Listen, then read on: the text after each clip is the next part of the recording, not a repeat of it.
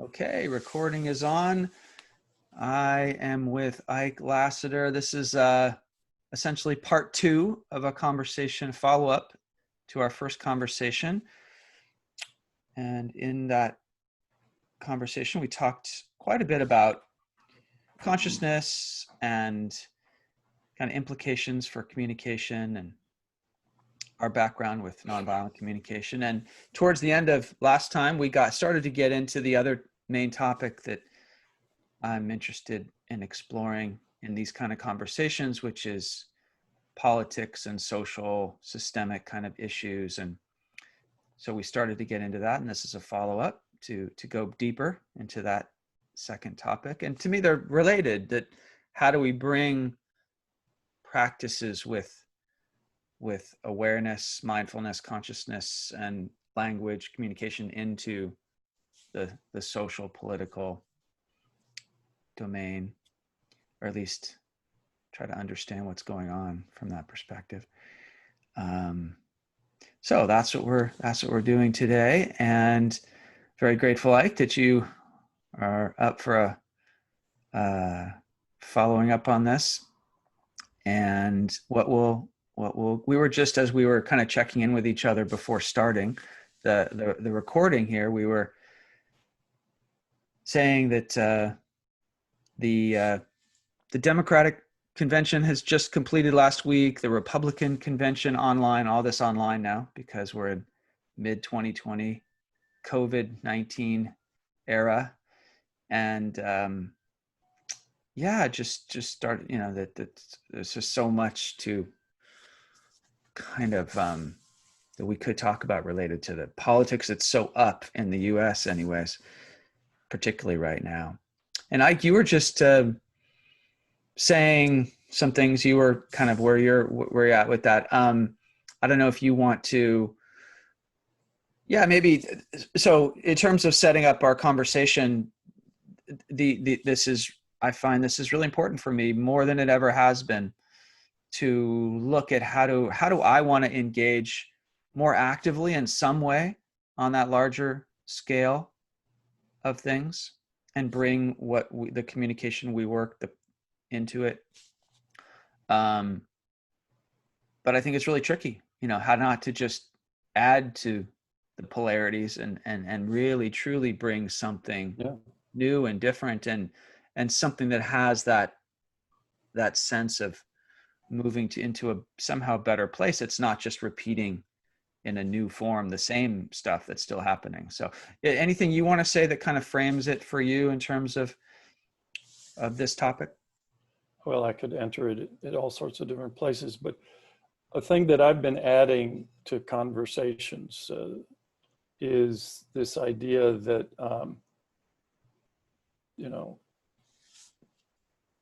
so what if the Democrats sweep? What are we going to do about reconciliation? What are we going to do about reaching out? What are we going to do about this polarity that you've referred to? And, how are we going to find some kind of detente that we can build a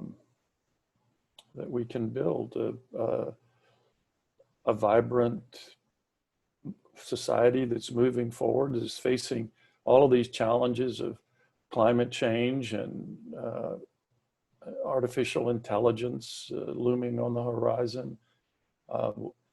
What do we do if artificial intelligence really does away with the need for 80% or 50% of the population, or 30% of the American workforce? That's a major disruptor. And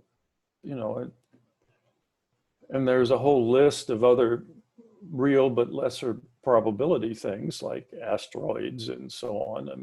And EMF pulses of disrupting the electrical system that could disrupt for long periods of time, and we're not really prepared for it.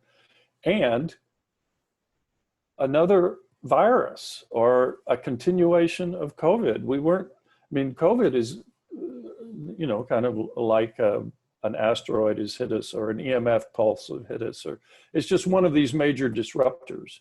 And so what are we going to do to resolve this polarity so that we can have a unified, resilient, you know, well-educated, gainfully employed, interesting people having meaning and value from their lives, and including their work lives. You know, that's what resides in my mind a lot of the time. Mm-hmm. You know, how are we going to do this?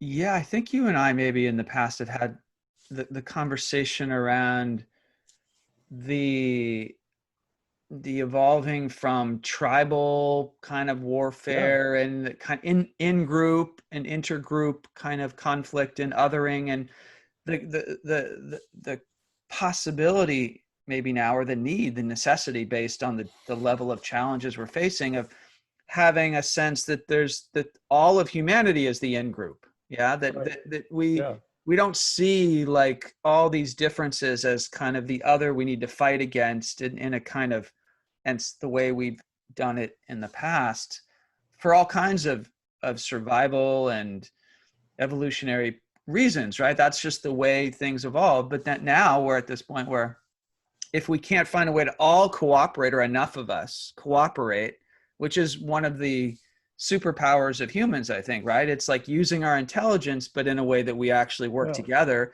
We do these incredible things, and and so we can face these challenges probably pretty well if we're most of us pulling together. And yet there's enormous, you know, kind of weights and gravity pulls back towards this history of polarizing and seeing in-group, out-group. Right? Yeah, I mean, my reading about the evolution of collaboration, and it is an evolution.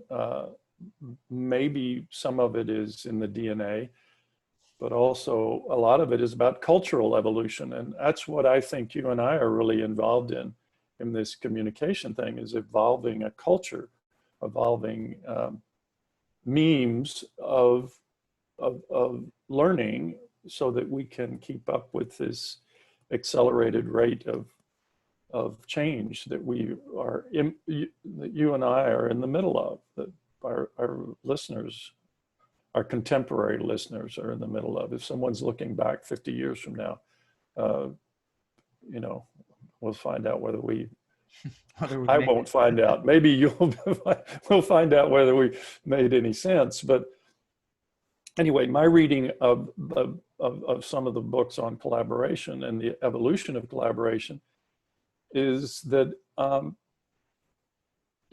we've always had an other.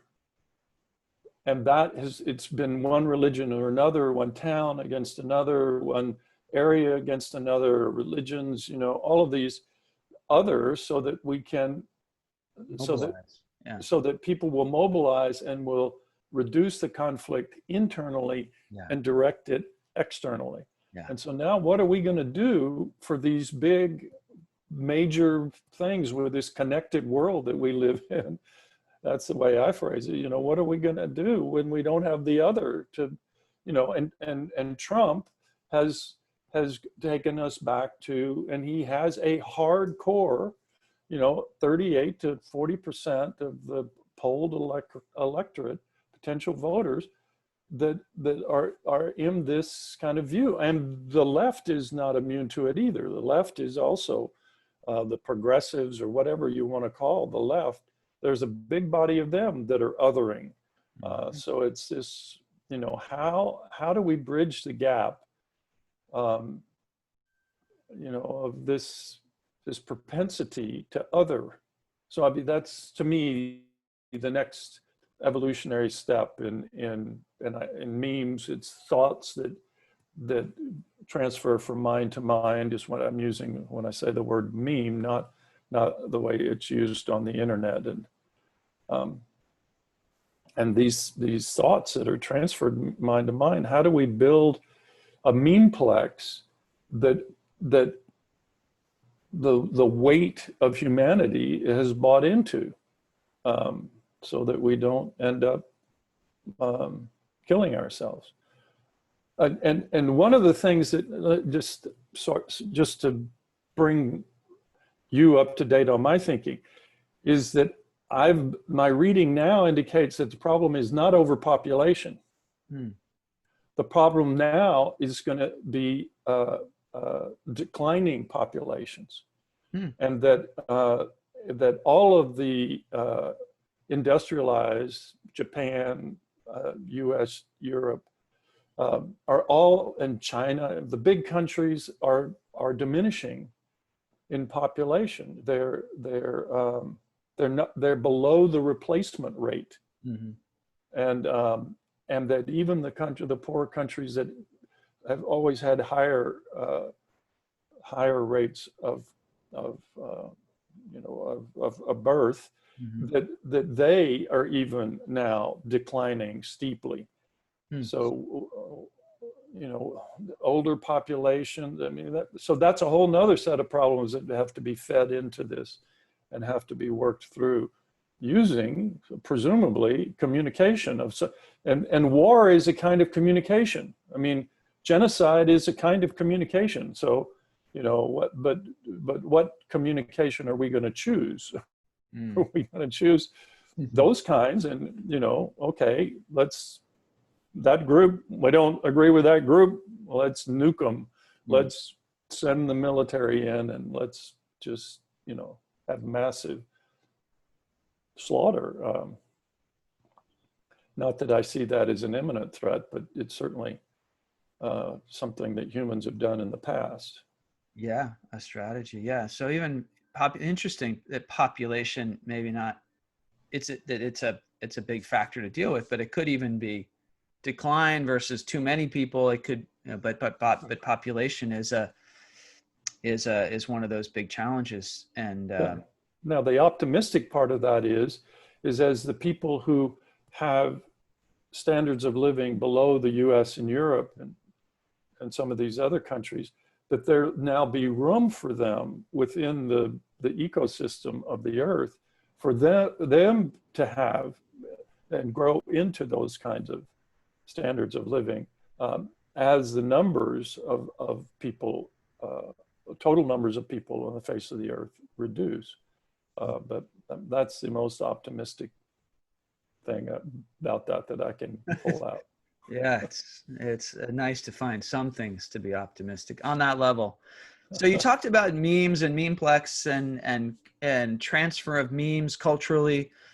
I as you were talking about that, I was flashing to the comparison sometimes with these real landmarks of paradigm shift, like the shift from understanding ourselves to be on a flat earth versus a round globe of a planet, and that planet is revolving around a sun instead of the other way. Right. Pretty radical shift, and then our growing understanding of the cosmos and the scale of it and things like that, and there's many examples, right, of just like paradigm shifting insights that are memes, right? It's an idea, a way to understand, a way to see reality differently. And it seems like, I think where we are now in the context of what you and I are talking about, it's like, what's the equivalent of that in terms of what shift of an idea allows us to collaborate? So are you saying, can we phrase it? Can we actually put it into words as to what the meme would be? How would it, is that what you're getting at? Something like that. The idea that, I mean, the closest I have to it right now is that, we're so used to seeing separateness, like you and I are just separate. And and one of the principles of nonviolent communication is to focus on empathy and empathic connection and connectedness, how we're all connected and how we all share the same needs. So to me, it seems like it's a meme catching on that's been around forever, right? That the idea, especially on a spiritual level, that we're all one, we're all connected, but but in a way that's maybe more easily accepted beyond any kind of spiritual beliefs, that allows us to get past the othering, that just like, oh yeah, right, we're all, and for me, actually, not just we're all humans, but we're all part of life on the planet. We can't other the planet, the ecosystem, the natural world, because we other that, and then we pillage it and we exploit it, and we totally destroy the environment. So how do we experience that we're just part of this interconnected web that is interdependent, and we're, how do we shift that out of that we're only this separateness that's at odds and sort of fighting and competing for scarce resources?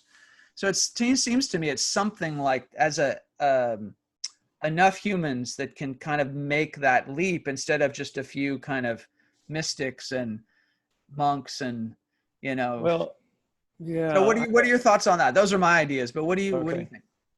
So I have never felt comfortable with that language coming out of various spiritual traditions. I think there's an element of truth to it. It just is not compelling. And I want to be part of, I want to be compelled myself, and I want to be perpetuating memes that are compelling to others. Mm-hmm. And that we're all one has not, been compelling for me. But what has come out of it, NVC actually. NVC and Buddhism. How that comes about is, one is to have permission to focus on my needs, to that, from you and I hanging around Marshall Rosenberg, that was a thing that I got kind of non-verbally, and because I'm between the lines. It's like, focus on my needs. And I have found that in my work, in our work, when we were doing work together, is the people who claim to be spiritual and I don't have needs, and I did mediations for Zen groups, and I've done for a number of political groups. And, there's this kind of, they're different, the Zen groups and the Buddhist groups and the political groups, but they have a similar kind of outcome. It's like, I'm not going to focus on me. It's these people out here that need my focus and care. And I have seen that to be dysfunctional. Mm-hmm. It just doesn't work. Mm-hmm. Mm-hmm. It's not that I'm judging them, because it's just, it doesn't seem to make a full and rich and resourceful life for people. So if you focus on your needs, and then the shift comes when you realize that your needs cannot be met without the needs of humanity, of the other, of the, of life, sentient beings, as the Buddhists tend to put it. Mm-hmm. And that has been very powerful for me and very compelling, because I can start it in close. Mm. My needs, my partner, my kids, my grandkids, their partners, the people I work with. I mean, the collaboration work that I'm doing, this little book, Collaborating in the Workplace, is based upon that. That I never articulated specifically, but it's based upon that idea of if you want to accomplish things in the world, you need to do it with other people. Mm-hmm. And in a business, you're trying to accomplish things in the world.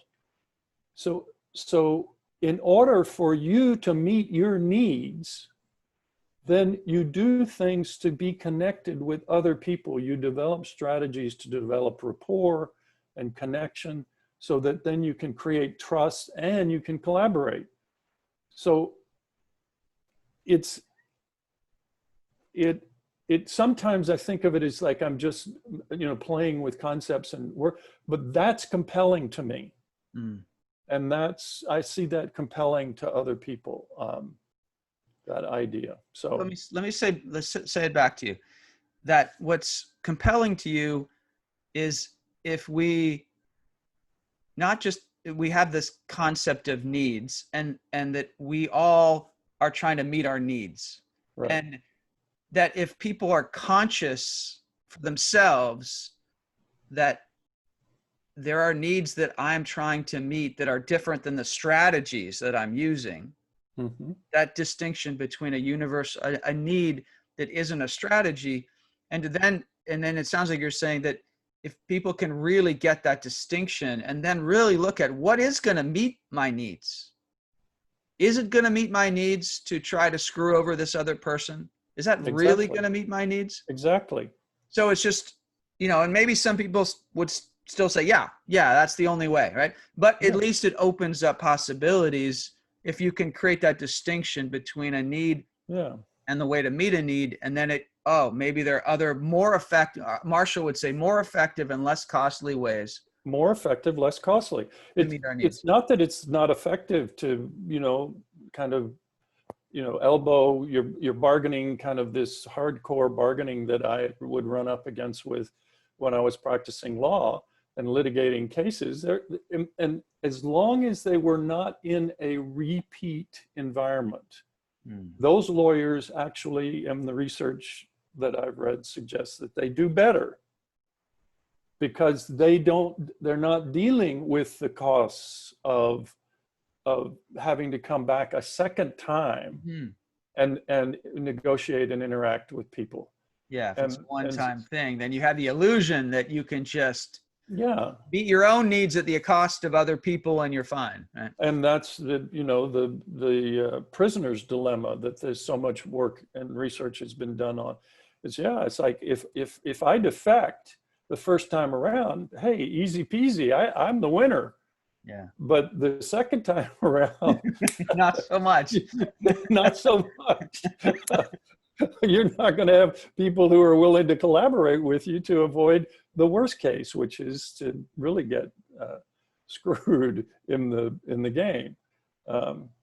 So that's a metaphor that helps me. But I've sort of thought through a series of these things practicing law before I was involved in NVC and so on. But just thought through, like, is this really? What does it take for me to get ultimately what I want?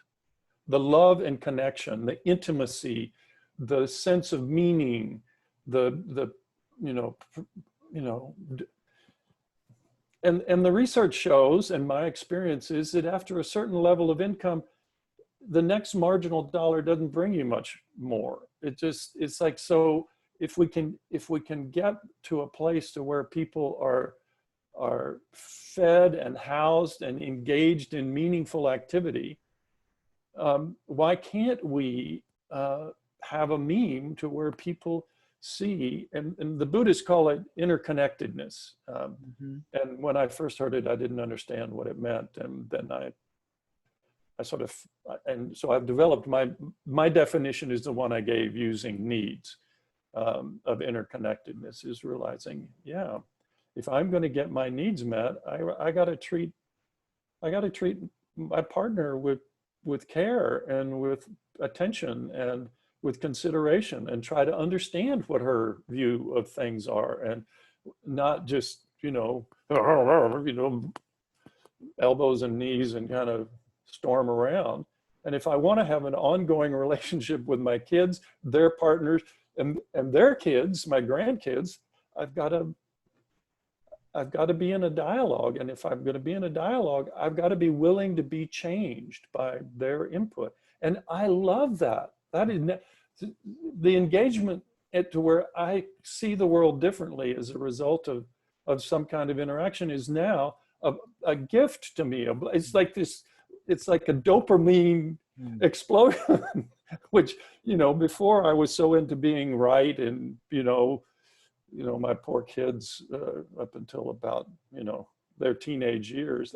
They had a dad who thought he was right and knew what was right, and he was going to make them Make them see. Yeah. make them see the light, according to Ike. Mm-hmm.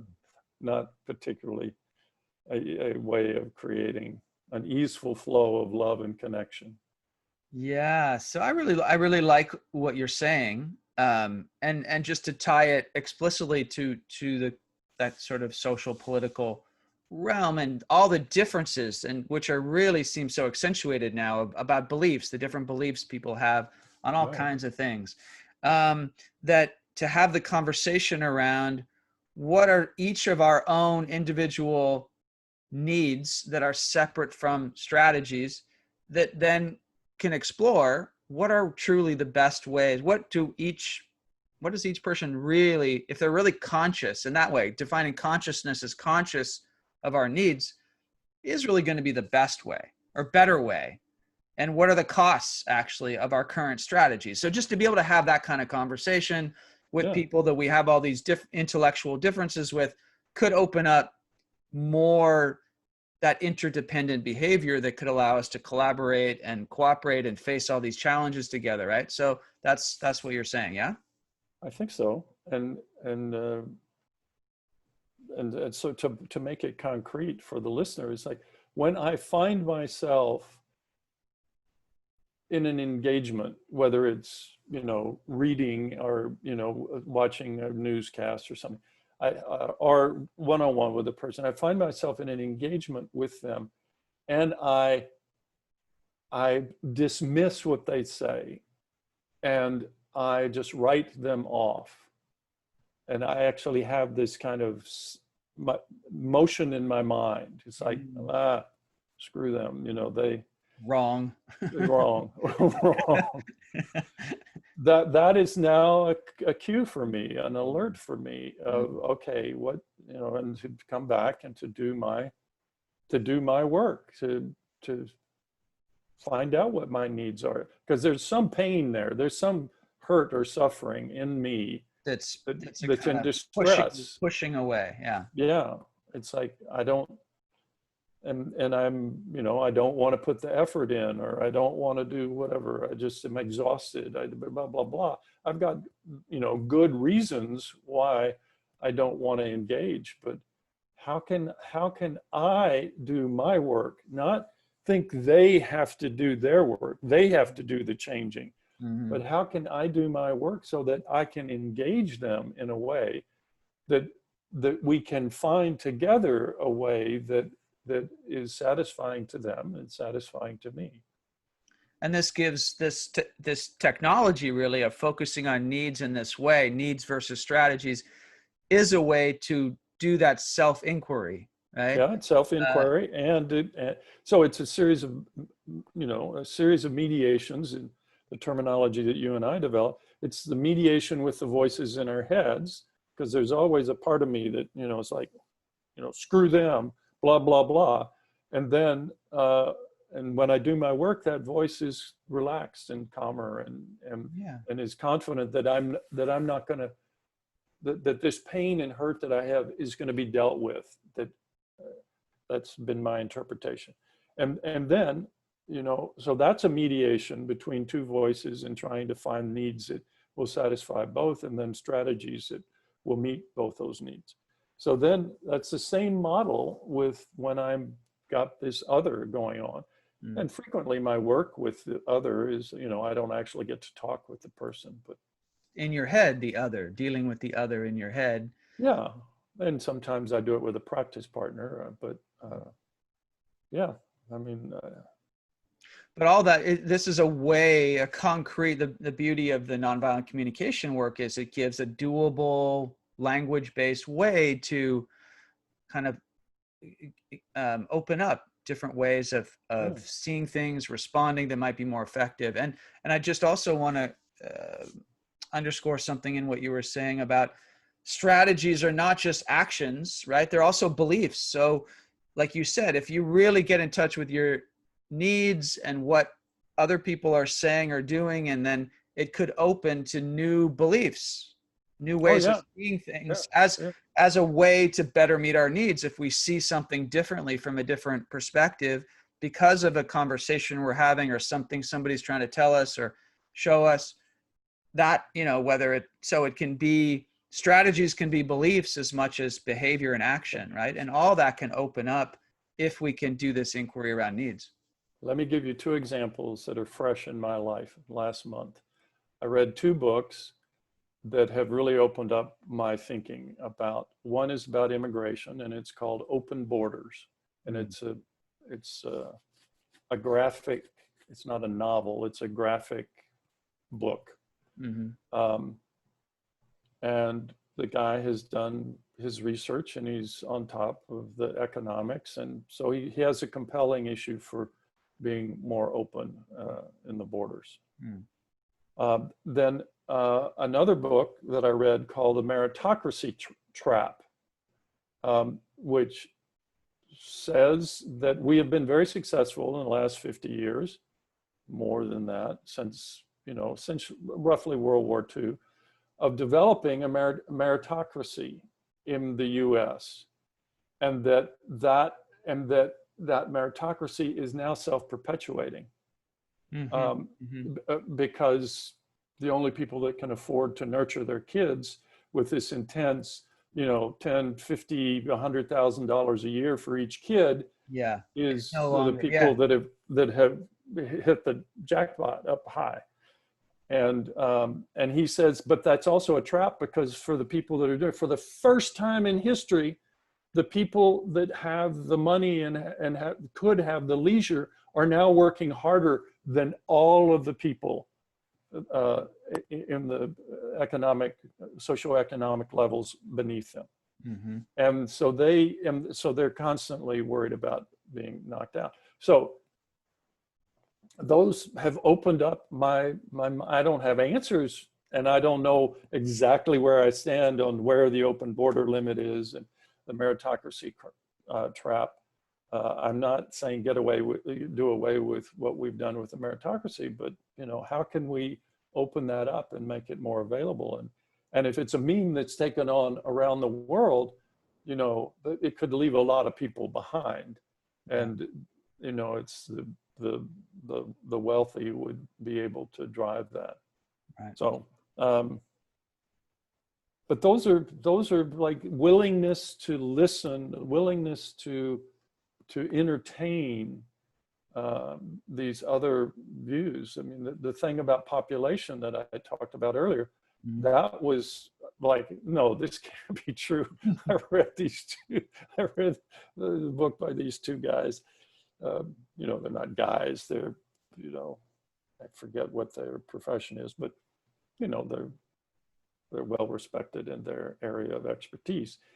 And, my first reaction was, no, I'm back in the 60s with the population bomb and Ehrlich, and that's the problem that I've been and how I've framed the problem is overpopulation. And now these guys are completely messing with my head and saying, no, the problem is actually declining population. So, and I think what I'm hearing and what you're saying is like, or I'm connecting some dots, that if we have this ability to keep coming back to a kind of maybe groundedness or stabilization in the needs, that it allows us to be a bit more open maybe to new ideas that are maybe confronting or are difficult because they're going against what we held as true. And yet if we can keep shifting from being really super attached to our beliefs or our behaviors, and we can keep going to these needs and how to best meet the needs we have, then there can be a greater openness to new ideas. Is that well, we know what our needs are, and because we're constantly going back to them and renewing and connecting, and so that we're very clear about our needs. That's the key point. This comes into a kind of either psychotherapy or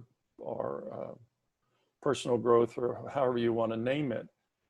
But my thought is that NVC, by doing this internal work over and over and over again, of, okay, what has stimulated me? What is this that's gotten me off my center, that I'm agitated about?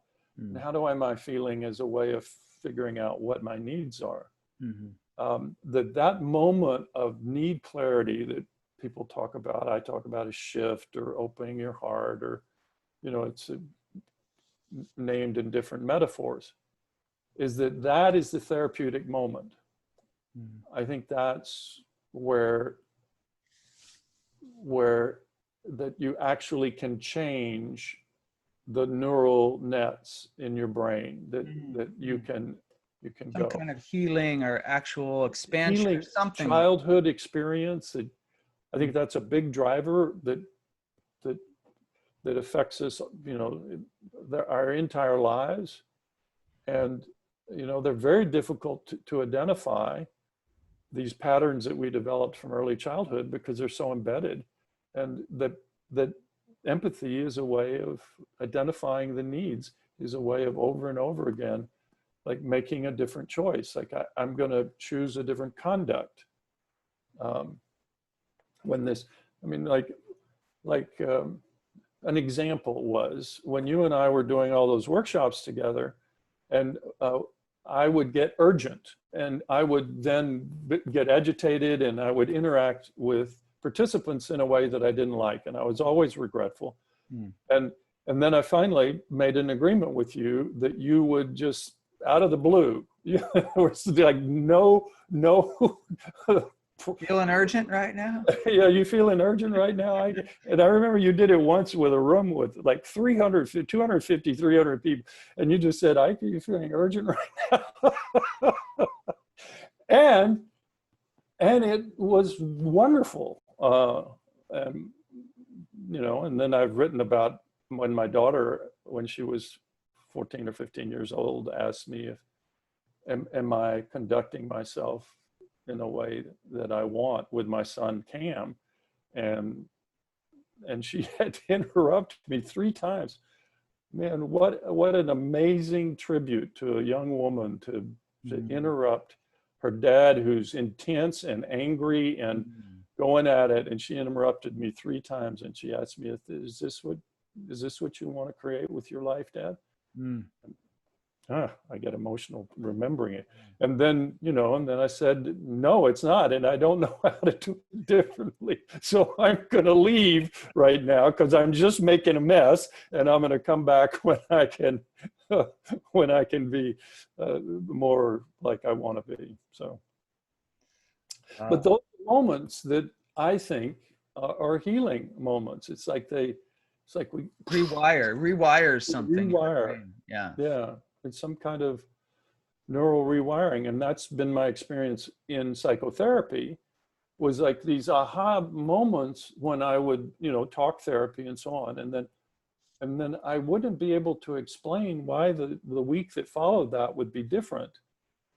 In the 90s, I went to psychotherapy nearly every Saturday. And that was a profound learning experience for me. And NVC has continued that for me, that connecting with myself and promoting those kind of moments. Yeah. I'm getting in touch with how much I miss hearing the stories from you. That so good to hear again.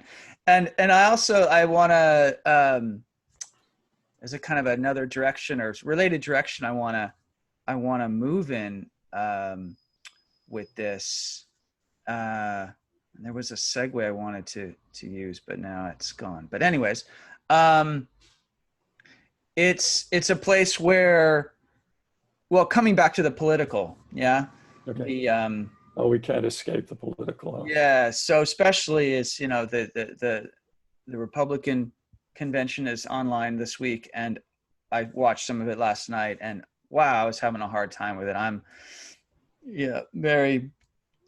identify very strongly with a sort of liberal progressive thing, and and then, so I have I want to go this conversation around needs and take it another direction that I'm curious how you'll react to it.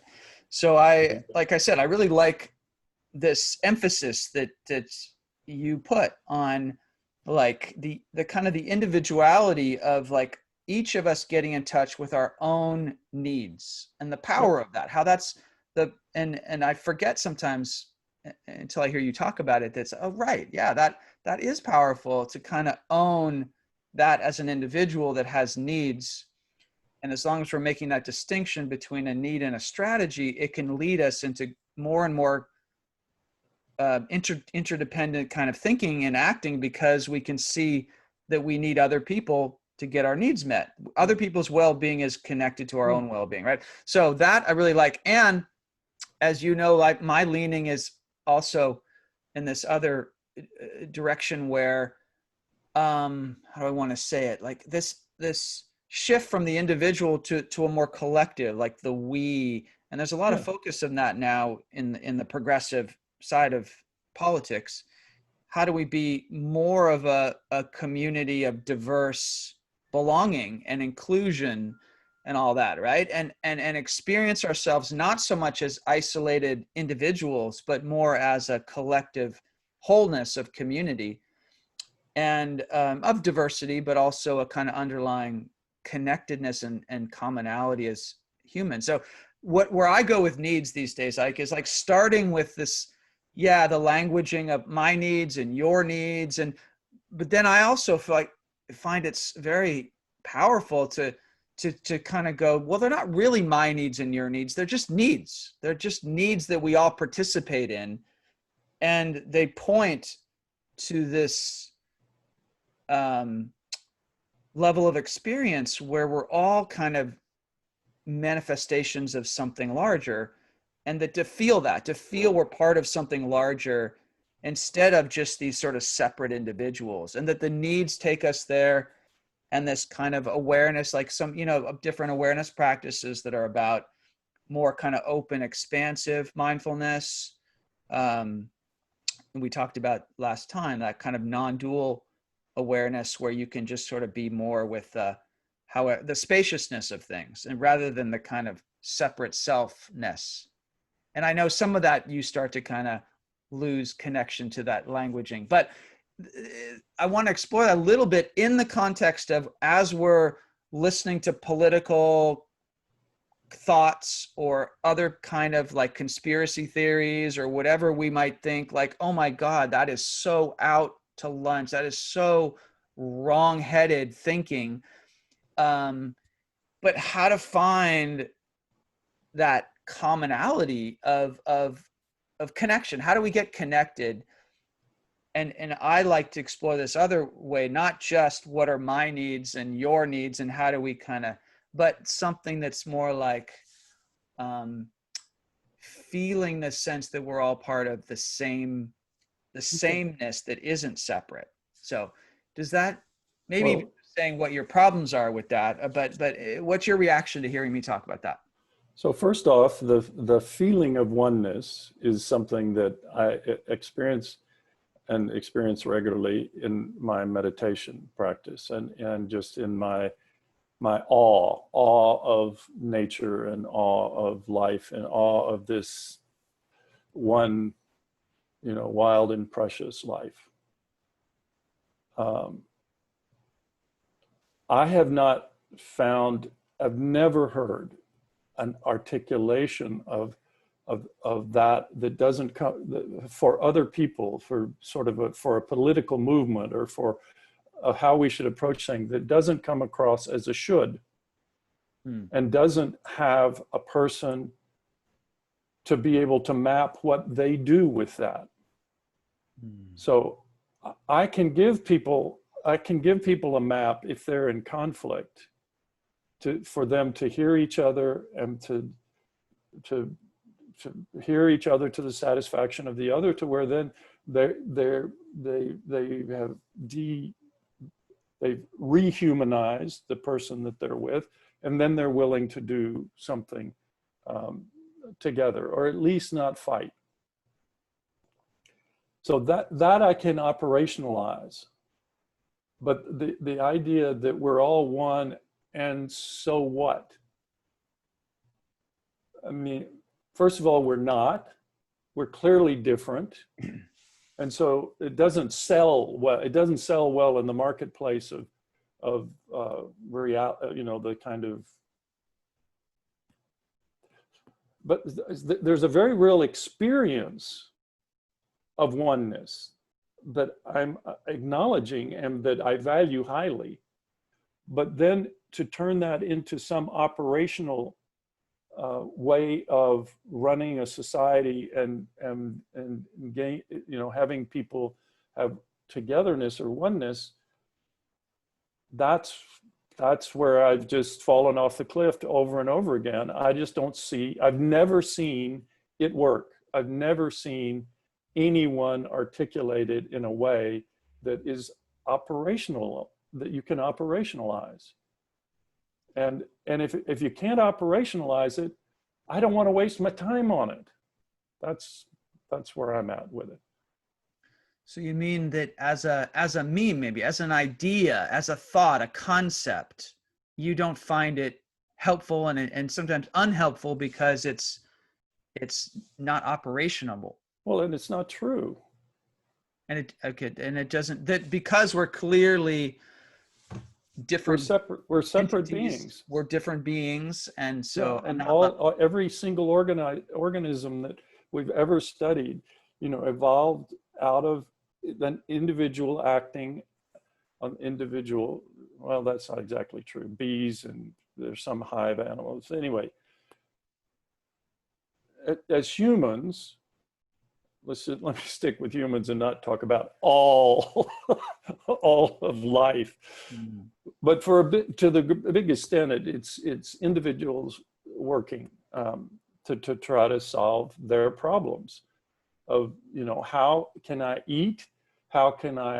Will this help me survive? And will this help me procreate? Those are the three drivers. And like, we're not going to change that. A spiritual, or what experience is what I was going to say, but a meditation experience that of profound oneness is not going to change that evolutionary driver. I don't think. I mean, maybe I'm wrong. Well, let me just keep exploring it with you. To me, it's valuable, and maybe hopefully to people listening or watching, it'll be valuable.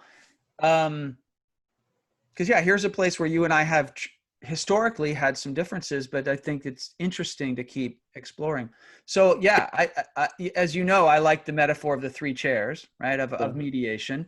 And I like to think of the two chairs in conflict, the two we call the two disputant chairs, represents the dimension or the realm of experience that is what you're talking about, how duality, of separateness. Yeah. But I like to think that there is another domain of experience, of reality, that is represented by the mediator chair, the one chair. There's the one chair, and then the two. So there's the duality and the unity, but together the three make, to me, it's like a holding of both. They're both real. So I don't want to. I've never been drawn to just say, oh, duality is all illusion, and actually everything's just one, and that's it. That's all there is to it. That's never been compelling to me either. But I really like the idea that of not choosing between the two. That yes, there's a dimension of our experience that is very real, how we're separate and live in this sort of Newtonian cause and effect world. And then there's the kind of quantum, maybe you could reference, relating it to physics, a kind of quantum level that, it operates. Always the current, wave of the hands is to say it's quantum. Okay, I'm sorry. I'm belittling what you're saying. I'm not listening. I apologize. Well, I mean, there's good reason for that critique, because of how quantum is used in all kinds of ways, right. New age kind of ways. But I mean, I'm just trying to point to that. I mean, there is, I don't pretend to deeply understand quantum physics because it's, incredibly, complex and whatever. But what I do get from it, it seems to operate in a different way, under different kind of That we don't rules, yet or understand. we don't really understand it, but what we can observe is that it operates differently than this kind of the world that we're more used to, the Newtonian kind of larger scale reality and physics. So what that just means, shows to me, like, there could be another kind of realm or dimension of experience that is different than the duality of Absolutely. separateness that we're normally used to. And so that to me is what the third chair represents at the deepest level. And that's what consciousness means to me at the deepest level, that it's somehow outside of the form of separate forms, but it's kind of this aspect of what's formless. And it's formless. What that means to me is something that's just universal and one, and that, so that's like both. It's not like one or the other. And to me, what's valuable is like, oh, if we can touch into that realm that is formless, that is more unified, that is not separate, that it helps then deal with the separateness dimension. It's an added, benefit. So I'm hearing sort of two things. If you're saying that when I'm meditating, or when I might be just walking in the woods, or maybe I'm sitting at a business meeting, but where I can have experiences of what I understand from the literature is an experience of oneness, to greater and lesser extents. It's kind of ecstasy experiences, so on. And I find those very valuable as a way. I'm currently, naming them to myself as a way of unifying the conscious mind and the nonverbal part of the mind, so that I am congruent and not having these conflicting voices in my head. So that's the big thing of oneness and that when I do the meditation that leads to that, is that I lose track of the boundaries of my body. And there's research about, Catholic nuns doing, and the different parts of the brain, that we lose a sense of our boundaries, and we have this sense of expansiveness. If that's what you're talking about, that's I get big charge out of that.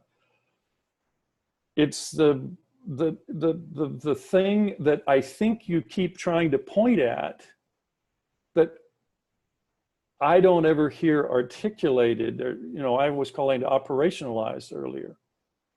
It's like, and this is a dig at you, John, so just put on, so, and to use the word quantum in this context, when we don't understand the quantum experience, we don't understand, to then explain something that we don't understand, and that we're not using language that we can verify, and we can, point at least at shared experience. It's like, how is that a way to build a society? Because that's what I hear is the implication of what you're saying, is that if enough of us hold this amorphous kind of non-dual, whatever view, whatever words we're going to put to it, that society will change, and that's a route to strive for, to address these problems that we articulated earlier. And power to you. I just, as I've said, it has never worked for me as a way to guide what is the next thing I'm going to do. Yeah, right. I get that. And I'm in touch with how it's helpful to me, but I'm trying to keep learning. Then tell me, how is it helpful for you? You're in a moment, and someone rushes up to you and says, "No, no, no, no, no, no, no, no, no, no." How does this help? Yeah, well, actually, let's just keep the political theme, like watching different speeches of the Republican Well, you're convention. raising the bar much higher than I was raising. And I just saw my mind just resisting everything pretty much I was hearing. Um, so it's like, I think I mentioned this in our previous conversation, that for me, going to need, I don't, I like saying need rather than just needs with the S, like need as a kind of pointing to, kind of moving from the specifics of what we're observing and feeling in the body to something more universal. So that need is going to that part of the process is trying to kind of shift from a sense of a separate self to something bigger, right? I'm just trying to tie it into the NVC work and how I hold it. And so when I'm like listening to something that's really hard to hear, if I not only go to like, what are the needs coming up in me? What are the needs behind the statement that I'm guessing at? That's through language, right? But if I also just relax my attention, like right now with you, if I just start being aware of all the space around me and feel the kind of, just a kind of subtle life force energy in my body, and I just imagine that that's the same in you as in me, and I don't know if you ever think about this, but we often think, well, the space, in between, in all my atoms and inside my body, all this space that we know is there, it's not actually discontinuous with the space outside my body and in your body. And it actually extends to the the infinite universe that's expanding. I mean, there are boundary layers, but yes, there Well, is but space. yeah, It's characterized by space.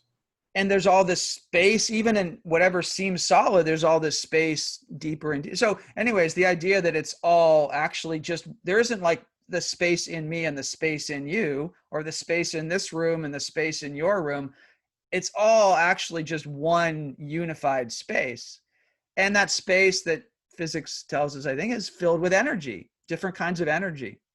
And so what helps me in the moment, especially of a difficult moment, if I can remember to just kind of relax into that, like, spaciousness and feeling a sense of aliveness that I can kind of sense in you and me, and feel like there's all this spaciousness to kind of allow myself to just expand into. That helps kind of ground me and make me less, and because it gives me a non-verbal way to go right directly to, oh, the kind of the space and energy in you is the same as me. It's all connected. And so I don't have to fight with you on your ideas. I can disagree, right? But there's some other part of me that can just kind of relax and to hold, oh, we're actually at a different level. We're just part of the same space and energy. And I just everything just kind of relaxes. And I just feel like I don't have to be at odds with you. I don't have to be at odds with these Republicans saying these different things. I can acknowledge how different my beliefs are, and yet I can go, oh, wait, but there's something in them that's not different than me. And that's where I think what I hear you saying maybe doesn't have room for that. But for me, it's really useful. No, that to me is another form of a self-connection practice. Yeah, exactly. You have a metaphor in your head Yeah.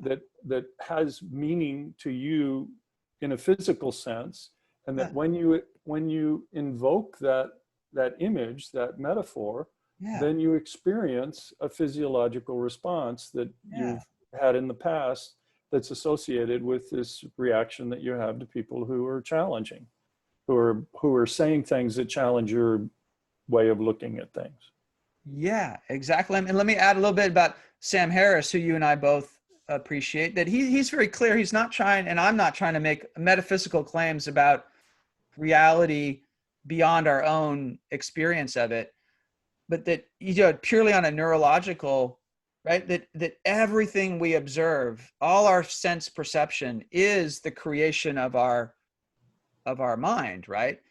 And so actually everything is made up of this consciousness of it, right? That we're conscious, and then everything we're conscious of is actually made of consciousness within our experience. That's not my Well, like in a articulation. dream. We're like in a dream, right? In the dream world, there's me and all the people I'm interacting with in my dream, and yet all of it is just made up of the mind dreaming, right? There's Okay. no actual. Yes, but Right? it's the words here matter a whole lot. It's like everything that I experience arises in consciousness. That I can agree with. But it's not, these things are not made up of consciousness. Well, inside our neurology, they are. I'm not saying outside of like the world out there beyond my senses, Okay. right? But internally, if we use that language, right, at a neurological level, everything of these electrical inputs that are somehow generating images in the mind, right? It's all being created by the neurology of the brain as the sense perceptions come in, It's right? a simulator. We have Yeah, the mind is a simulation of of the the whatever reality. conscious awareness is a simulation of what's in us, inside us and outside of us. Yeah. So I'm just saying, And it's very limited. You know, once we yeah, there's all that we're not aware of that's going on. well, right, we're not aware of at the quantum level, for instance, because that was not, presumably not, because that was of no value Yeah. to an organism on the face of the earth in the Goldilocks zone of this sun that we have, that maybe others have, and so on. It's like, okay, we evolved this tool called consciousness to be able to manipulate our world to where we can survive and procreate. Yeah. So I'm just saying on a experiential level, it's helpful to me to kind of go, oh, everything I'm experiencing is made up of consciousness. You are the Republican people speaking, the people that hold, that the world is flat, and Okay, but you're anti-vaxxers. not saying that they don't exist. You're No. saying their representation within you arises in consciousness. Yeah. In my internal experience of consciousness, Right. it's all, and I'm arising like that. My body, my mind, so there's Everything. something about that.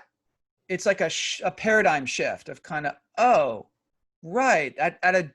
It's not denying the level of our separateness. It's just saying, oh, there's another perspective, what I call the third chair perspective, right? Where it's like, oh, we're actually all made up of the same stuff, the same consciousness, just taking different form and shape, and it's all changing, but it's all you could use different words, but let's just say it's all consciousness, aware, and that the observer and the observed is the same, right? That's kind of Okay, comes so out of. from the evolutionary perspective, how does that help me act? If I'm Yeah, facing a rattlesnake, yeah. it's coiled and ready to strike, am Right. I Well, in oneness with this yeah. rattlesnake, and I want to stroke it and bring it to my bosom, like the ask with Cleopatra? I mean, what? Yeah, well, I don't know that I'd try that, but I want to keep bringing it back to politics, and where I sometimes have a similar image of people speaking from the other side of that you just said. Absolutely. It seems a little bit like that sometimes to me. Yes. But if I can tap into this other realm of experience that I'm not saying is the only one. I'm not even trying to say that's the truth. I'm just saying it's like another way to look. So It's like you can look through a so let me see. glass. I think I'm getting it. It's when you've done this training, because it sounds like it's based upon training of experience that you've had, Mhm. arising in consciousness, and that then when you're faced with a challenging moment, like watching politics, both sides to me is Yeah, challenging. right. though the Republican right now is a little more challenging, or a Yeah. lot more. That when you view that, that it helps you to remember this way of perceiving, of thinking about the world, to help your physiology to shift to where then you can act more like the way you would like to. You can act in alignment with your values. Yeah, I don't get as And hijacked by my thoughts that tell me, that want to argue with this. This is bullshit. You're trying to tell me that yeah, Trump has done such a great job, and you're what about all this other shit that that he did? You're denying. Right? So I can. you're going to get me triggered here. It helps me kind of observe that without getting so identified and sucked into that thinking, right? Yeah. If I can kind of step even momentarily into this more kind of expansive realm where it's like, oh, me and this person speaking, Yeah. like at some level we're not different. We're just Okay, so that's a metaphor that works for you to it trigger works. a shift in your physiology. It triggers a shift in my ability to stay present, to use another kind of way to talk Right. about it, to stay more present and less Yeah, caught in the reactivity I of the like fight or that. flight system. Yeah.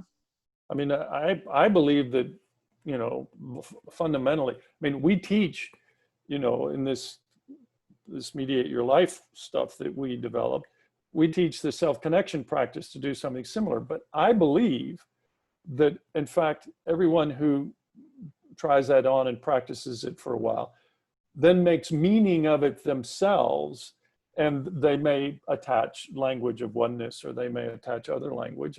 I've attached other language, and I too sort of can sometimes drop into that, it's a way of reducing the power of the judgments in me in the moment, that I'm not hijacked by those judgments. Right. Yeah, the And mind-body reactivity, the fight or flight system that gets us so right, triggered and reactive, right? yeah, How do we've for the longest time we've talked about this, right? With the self-connection practice yeah, particularly, how do you, decenter, shift so that we're not flooded and overwhelmed by that system? yeah. It concerns me if people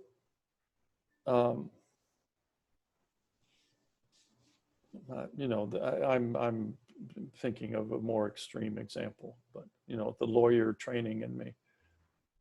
But if someone takes that view and reacts that way when they should be running, or they should be fighting in order to continue to exist, or for their loved ones to continue to exist, I have concerns about Sure. using strategies like that.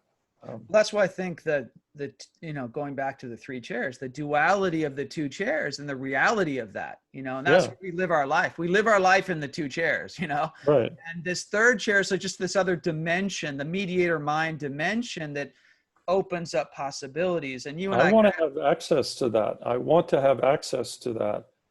And I want to be able to do it just like that, like we've talked about on the dojo mat, when we're practicing and someone is coming at me in a practice to hit me or to punch or stab or kick or something, that I want to be able to, in that moment, drop. And it's a sense of dropping. It's a drop into the present moment, to be centered, so that I have more access to my skills, to more options. More options are available to me when I'm in that moment of presence in the face of challenge like that. And if I've done my practice ahead of time, I can more likely produce actions that I will not regret, that are more likely to therefore be in alignment with my values. And not go overboard and cripple someone when they just are angry and they're in a bar and they're being a jerk, and you can just kind of you know. Yeah, I mean, and I know you've studied Aikido a lot, and I a little bit, and so this metaphor on a physical level that you're talking about on the in terms of a physical sort of response to aggression, something coming at us, right? So I think you and I are really talking about, you know, this third shared dimension of how do we Access it? how do we access it? And I think you're emphasizing more the language of the needs, because that's a little more concrete and clear and doable that way. And I'm trying to, I like to play with some of these other, you know, nonverbal, beyond the languaging components. But really we're talking about that's the ability, ultimately the same. How do you have that dimension that comes in that allows us to not be caught in the reactivity of the fight, right? Yeah. And then be more skillful, be more effective. Yeah. I'm looking for ways. I'm working on developing strategies and language to describe those strategies that are transferable, and that people in the broad, in the, what is it? Mainstream. The great mass of people on the face of the earth could relate to. Mm-hmm. And it's concrete. It makes sense to them. It relates to their daily struggles. Yeah. And that's why, you know, as you've heard me say over and over again, I want to create these maps that focus, that tell the person where to focus their attention and their consciousness, their attention, and what conduct to engage in, and that's the ultimate concreteness in observational language. It's like, okay, I'm in this situation. What do I do? Step one, well, I'm in this, do this. Put your mind here, engage in this kind of language, you know, and language that is nameable, is observable. It has, you know, all language is vague ultimately, but you know, it's not vague, it's very specific. And someone who is coaching, they can agree on whether the person has done the map, has stayed within the sort of the guidelines.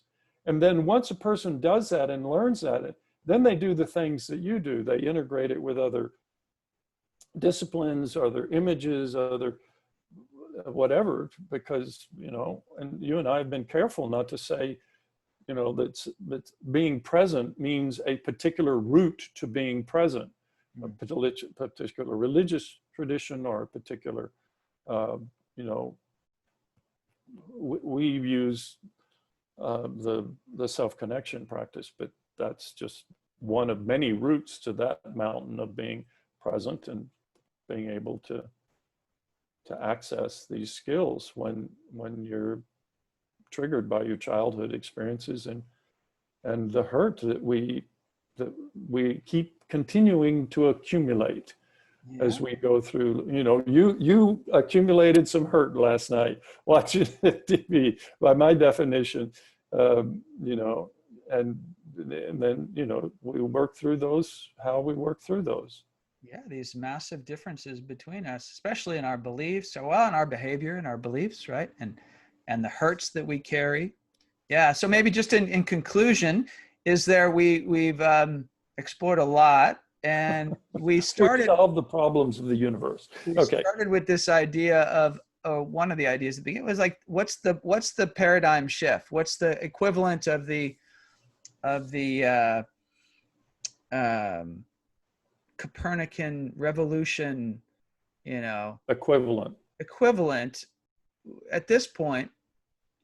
It seems like maybe you and I are saying similar thing in different ways. And what would you say now? Like, what is the meme that could spread on the level that you're talking about? Like, a majority of the mass of people on the planet could embrace a different paradigm, a meme that could spread like that. What's your sense? What is that paradigm? So I think it's this fundamental point that Marshall Rosenberg pointed out, and that I talk about it differently than I heard it from him, but it's a grammar of having that the observation, feeling, need, request identified a new grammar, a different grammar than the one we've used in the world. In the world that, all the travels that you and I have done, I've taught in over 21 countries. And now with Zoom, my Lord, I mean, just exploding. Mm-hmm. I got distracted there. Is this grammar that is sort of the universal grammar is you made me angry. Mm. Now that disempowers me, it gives you the power to make me angry. It has all sorts of problems. And it justifies me in othering you and in attacking you, and because you made me angry. You are the controller of my internal experience. And I'm reading some marketing books right now that are about why do we buy what we buy? And this fellow's insight is that we buy to solve our internal issues. Mm. So if we're feeling anxious or uncomfortable about something or another, that we buy something to try to fix that. Mm. So that's sort of a description of our world right now. And then this other syntax or grammar is, when you do that, I feel angry because my needs for respect are not met. Would you be willing to step back 2 feet? Mm-hmm. Mm-hmm. That's a big shift.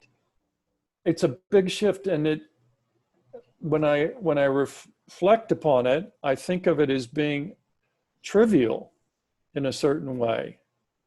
But when I talk with people about it, the reaction and the discussion that follows tells me it's not trivial. It's huge. So that's if that's the only thing I could do, that's what I would do. Mm. Mm. Okay. Well, I'll do a quick answer myself, and then we can close here because I know we have time constraint. Okay. I like yours, but I just to kind of keep on with my thread. Okay. Is something like, and I keep thinking of this guy Rupert Spira, who's a spiritual teacher I like, and I don't know if you've come across him, but I have. I forget. Sam Harris interviewed him on the app. Right. And his thing is, Rupert is like, so the normal worldview is like matter leads to consciousness. Consciousness kind of evolved. The hard problem of that, right. but the idea that matter is there, and then consciousness created. Matter evolves to ultimately become conscious, and so. But you could look at the other way, that consciousness comes first, and consciousness creates matter, at least in our minds. And there's something about like holding the meme that I'd kind of want is like that both are possible. 2 different ways of looking at the same experience, that consciousness is sort of primary and everything kind of evolves out of that. And we can that way have easy access to our underlying kind of sameness, as well as, the materiality. So would this be a view that consciousness preceded the evolution of beings? That gets into the metaphysics and physics out there in the world that I can't really know, but there's something about like at least internally to our experience, that we're so used to focusing on the form and solidity and materiality of things as the only reality. And that, one thing I'm playing with anyway is the memeplex something to do with that. There's also in tandem with that, there's this other way we can look at reality, at least our experience of reality, that consciousness is primary and all the material form that we experience is just an arising of that consciousness, and just as another way to look at reality. So anyways, something like that is, I don't know, I'll have to think a lot more from this conversation. What would I say is the kind of memeplex that I would hope to be part of? That you would want to spread in the world. Yeah. That's an interesting way to look at it. So anyways, let's end there. Ike, thank you so much for another conversation I found really, really interesting and stimulating. I enjoyed this too. Yeah. So, of course we'll be in touch, but, thank you so much for today. I really, really enjoyed it. Okay. Bye-bye. Take care, Ike. Bye.